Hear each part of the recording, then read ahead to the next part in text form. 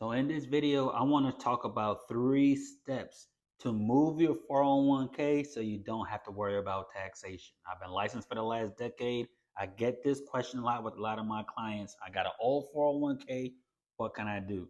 Well, first and foremost, the first step is reach out to your old employer that had that 401k and inform them that I'm going to be doing a direct rollover.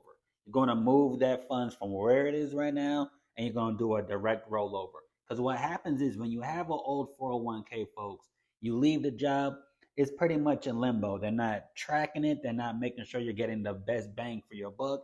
It's just sitting there. But let them know I'm going to be doing a direct rollover coming up shortly, just so they're aware. Now, step 2, and this is important, make sure you already have something initiated.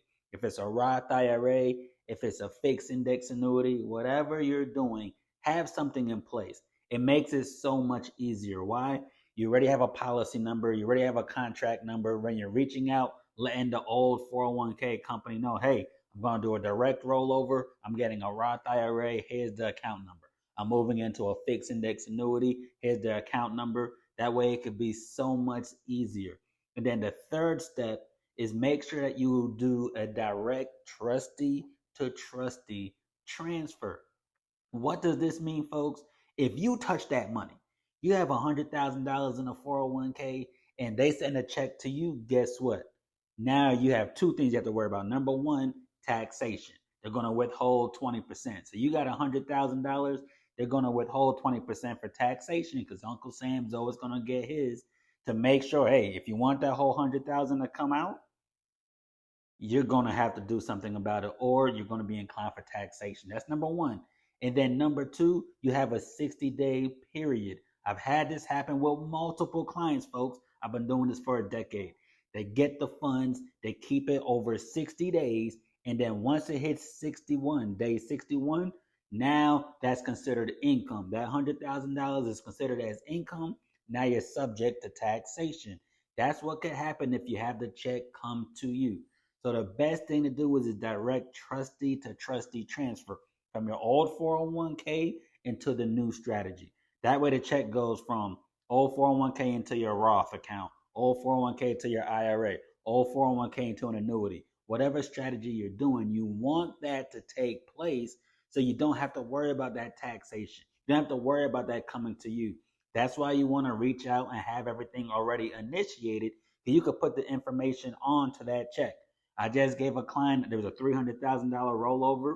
Guess what? We set it up with an annuity. So when we called their old 401k company, we said, hey, we're going to be sending it to this company. We want this $300,000 to go into this account. Here's the account number for the new company. So it made it a seamless transition. So folks, this is going to save you time. It's going to save you money. It's going to save you a hassle. Those 3 things. Number 1, reach out to the old company. Let them know, be informed, because a lot of times they may have some other steps. It could become a pain in the butt.